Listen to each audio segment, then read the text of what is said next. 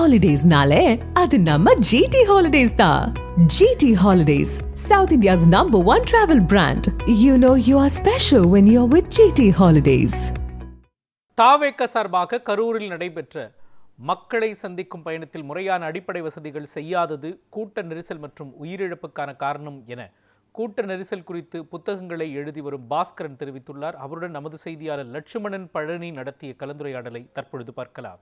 2026 சட்டமன்ற தேர்தலை நோக்கி அனைத்து அரசியல் கட்சிகளுமே கட்சி பணிகளை தீவிரமாக நகர்த்தி வருகின்றனர். அந்த வகையில் தமிழக வெற்றி கழகம் சார்பாக நேற்று கரூர் பகுதியில் கட்சியின் தலைவர் விஜய் தலைமையில் தொடர்ந்து மக்களை சந்திக்கும் பிரச்சாரமானது நடைபெற்றது. இந்த பிரச்சாரத்தின் போது ஒரு சிறிய இடத்தில் பார்த்தோம் என்றால் பல்லாயிரக்கணக்கான மக்கள் விஜயை பார்ப்பதற்காக கூடிய நிலையில் இந்த கூட்ட நெரிசல் காரணமாக 39 நபர்கள் தற்போது வரை உயிரிழந்திருக்கிறார்கள். மேலும் 50க்கும் மேற்பட்ட நபர்கள் பார்த்தோம் என்றால் தொடர்ந்து மருத்துவமனையில் அனுமதிக்கப்பட்டு தீவிர சிகிச்சையானது வழங்கப்பட்டு வருகிறது. குறிப்பாக இதற்கு காரணம், அதாவது இந்த உயிரிழப்புக்கான காரணம் என்னவென்று பார்த்தால் காவல்துறை என ஒரு பக்கம் தெரிவிக்கப்படுகிறார்கள். இன்னொரு பக்கம் அதிகமான கூட்டமான இடங்களில் அனுமதி ஏன் வழங்கப்பட்டது என்பது குறித்து பல்வேறு கேள்விகளும் எழுகிறது. இது மட்டுமல்லாமல் இந்த உயிரிழப்புக்கான காரணம் குறித்து பேசுவதற்காக எழுத்தாளர் பாஸ்கரன் நம்மிடம் இருக்கிறார். அவரிடம் கேட்டு தெரிஞ்சுக்கலாம். சார் வணக்கம். இப்போ நேற்று பார்த்தீங்கன்னா பெரிய சம்பவம் நடந்திருக்கு தமிழகத்தில், அதாவது இந்தியாவே உழுக்கக்கூடிய சம்பவம் நேற்று தமிழகத்தில் நடந்திருக்கு. இப்போ இதற்கு முதன்மையான காரணம் என்ன நினைக்கிறீங்க சார் நீங்க பார்த்தா? இப்போ முதல்ல இந்த துயரமான சம்பவம் ஒரு மிகப்பெரிய அதிர்ச்சியை ஏற்படுத்தியிருக்கிறது. இதை ஒரு செய்தியாக கேட்டு பார்க்க நமக்கே எந்த அளவுக்கு ஒரு அதிர்ச்சி இருக்கிறது என்று சொன்னால், அதில் பாதிக்கப்பட்டவர்கள் எந்த அளவுக்கு ஒரு ஆற்றலாக துயரத்தில் ஆழ்ந்திருப்பார்கள் அப்படிங்கிறது புரியுது. மிகுந்த மனவேதனை தருகிறது, மிகுந்த வலி தருகிறது. பாதிக்கப்பட்ட குடும்பங்களுக்கு, அவர்களுடைய உற்றார் உறவினருக்கு, நண்பர்களுக்கு எல்லாருக்குமே ஒரு காலம் மட்டுமே ஆறுதலை தர முடியும். அவர்களுக்கு ஒரு நல்ல மன வலிமை கிடைக்குவதற்கு வேண்டுகிறேன். தொடர்ந்து பல ஆண்டுகளாக சொல்லிக் கொண்டு வருகிறேன், எழுதி கொண்டு வருகிறேன். கூட்ட மேலாண்மை, குறிப்பாக நெரிசல் மேலாண்மை என்பது முற்றிலுமாக புறக்கணிக்கப்பட்டு வருகிறது அப்படின்னு தொடர்ந்து சொல்லிட்டு வரோம். அது கும்பமேளாவாக இருக்கட்டும், அல்லது பெங்களூரில் நடந்த அந்த கிரிக்கெட் கூட்ட நெரிசலாக இருக்கட்டும், ஒவ்வொரு முறையுமே நெரிசல் ஏற்படுவதும் உயிரிழப்பு ஏற்படுவதும் தொடர்ந்து நடைபெற்று வருகிறது. ஆனால் இது என்ன பெரிய முக்கியமான ஒரு கவலை தருகிற விஷயம் என்னென்னா, இந்த கூட்ட மேலாண்மையை பற்றி யாரும் சிறிதும் கவலை கொள்வதே இல்லை. நீங்கள் பாருங்கள், ஒரு கூட்டம் நடக்க போகுது அப்படின்னு சொல்லிட்டு ஒரு அனுமதி எதுக்காக வாங்கப்படுகிறது, எதுக்காக அனுமதி வழங்கப்படுகிறது?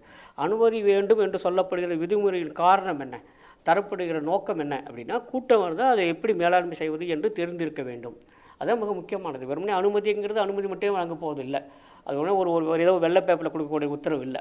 அப்போது இந்த கூட்ட மேலாண்மை என்று வருகிற போது அது சரியாக செய்திக்கிறோமா அப்படின்னு ஒரு கேள்வி வருது. நான் எப்போதுமே அரசாங்கத்துக்கு எதிராக பேசுபவன் இல்லை, காவல்துறைக்கு எதிராக பேசுபவன் இல்லை. அவர்கள் மீது மிகுந்த மரியாதை உண்டு, நம்பிக்கை உண்டு. சரிங்களா? நான் கூட்ட மேலாண்மை பற்றி மட்டுமே பேசுகிறேன். இப்போ நீங்கள் பார்த்தீங்கன்னாக்க, மற்ற பேரிடர் மேலாண்மை வந்து கூட்ட மேலாண்மை வந்து ஒரு பெரிய ஆதாயம் இருக்குங்க. மற்ற எங்கேயும் இல்லாத ஒரு ஆதாயம் என்னென்னா, கூட்டம் என்பது அப்படியே ஒரே சமயத்தை திடுதிப்புன்னு ஆகாயத்துலேருந்து குதிக்க போகிறதில்லை. கூடத்தான் கூட்டம். அதுக்காக தான் கூட்டமே பேர். கூடத்தான் கூட்டம். அப்போது எந்த அளவுக்கு கூட்டம் வருகிறது என்பதை கண்காணித்து கொண்டே இருக்க வேண்டும். அப்போ கூட்ட மேலாண்மையில் மிக முக்கியமான ஒரு பகுதி என்னென்னா கண்காணிப்பு. இந்த இடத்துல இத்தனை பேர் தான் சேர முடியும், கூட முடியுங்கிறத முதல்ல கண்டறிஞ்சு இருக்கணும். வல்னரபிள் பாயிண்ட்ஸ் சொல்லிட்டு இருக்கணும். இந்த இடத்துல இத்தனை பேர் தான் கூடலாம், இதுக்கு மேலே கூடனா உடனே அங்கே எச்சரித்து வெளியே அனுப்பணும். அது பண்ணணும் ஒன்று. அப்புறம் இரண்டாவது, தொடர்ந்து நம்ம சொல்லிக்கிட்டு வரோம், எங்கேயெல்லாம் கூட்டம் வருகிறதோ அங்கெல்லாம் குறைந்தபட்சம் ஒரு பப்ளிக் அனௌன்ஸ்மெண்ட் சிஸ்டம், ஒரு பொது அறிவிப்பு வசதி இருக்கணும். ஒரு மைக் வச்சு சொல்லணும். நீங்கள் பார்த்துருப்பீங்க, நேற்று எங்கெல்லாம் பொது அனௌன்ஸ்மெண்ட் எங்கே இருக்கான்னு எனக்கு தெரியல, எனக்கு பார்த்த வரையும் எனக்கு தெரியல. அந்த ஒரு பப்ளிக் அனௌன்ஸ்மெண்ட் சிஸ்டம் வச்சுருக்கணும். இந்த இடத்துல கூட்டம் அதிகமாகிடுச்சு, தயவுசெய்து கூடாதீங்க, இந்த இடத்துல ஆபத்து இருக்குது, இவ்வளோ தான் வரலாம் அப்படின்னு சொல்லணும். இரண்டாவது, எல்லாத்தையும் நான் சொல்லக்கூடியது, ஒரு இடத்துல 100 பேர் இருக்க முடியும் என்று சொன்னால் அந்த இடத்துல 80 பேர் வருகிற போதே தடுத்துடணும். 100 பேர் கிட்ட 90 பேர் வந்தாலே அது அபாயம்தான். ஆனால் அதற்கு மேலாக கட்டுக்கடக்காமல் கூட்டம் வருகிறது என்று சொன்னால் அதை கண்காணிப்பதற்கு எங்கெங்கெல்லாம் அந்த இடங்கள் கண்டறியப்பட்டிருந்தாங்க அப்படி தெரியல. அது மாதிரி நடந்ததாக தெரியல. சரிங்களா? திரும்ப குறை சொல்வதற்காக இல்லை, இதெல்லாம் கூட்டம் மேலாண்மை செய்திருக்கணும். 2. அப்புறம் மூன்றாவது, கூட்டத்தில் பார்த்திங்கன்னா கூட 2 விதமான கூட்டங்கள் இருக்குது. ஒன்று என்ன அப்படின்னா, பொதுவாக இது மாதிரி ஒரு கூட்டம் நடக்கிற போது, தலைவர் இருக்கிற போது, வேறு வருகிற போது அவரை பார்ப்பதற்கு கேட்பதற்கு வருகிற கூட்டம். இரண்டாவது, ஒரு ஆர்ப்பாட்டம், கலவரம், இதெல்லாம் பார்த்துருப்பீங்க, கிளர்ச்சி. அப்போ தான் அது வேறு. அதில் வந்து மேலாண்மைங்கிறது வேறு, இதில் மேலாண்மைங்கிறது வேறு. இந்த மேலாண்மை மிகவும் எளிய மேலாண்மை. அதுவாது கொஞ்சம் கஷ்டம். திடீர்னு வருவாங்க, அவங்களுக்கு பின்னால் வந்து ஒரு பெரிய ஒரு உத்வேகம் இருக்கும், உணர்ச்சி இருக்கும், கட்டுப்படுத்துவது கஷ்டம். இது அப்படி இல்லை.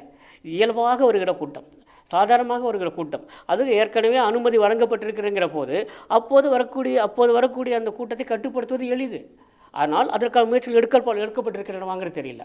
அப்புறம் 4வது எல்லாத்தையும் திரும்ப சொல்கிறேன், இங்கேயே குழந்தைங்க வந்தாங்க, இங்கே இளைஞர்கள் வந்தாங்க, இங்கேயே முதியவர்கள் வந்தாங்க, இங்கேயே நோயாளிகள் வர்றாங்க, இங்கேயே இத்தனை பேர் வராங்க கேட்குறது மேலாண்மை இல்லை.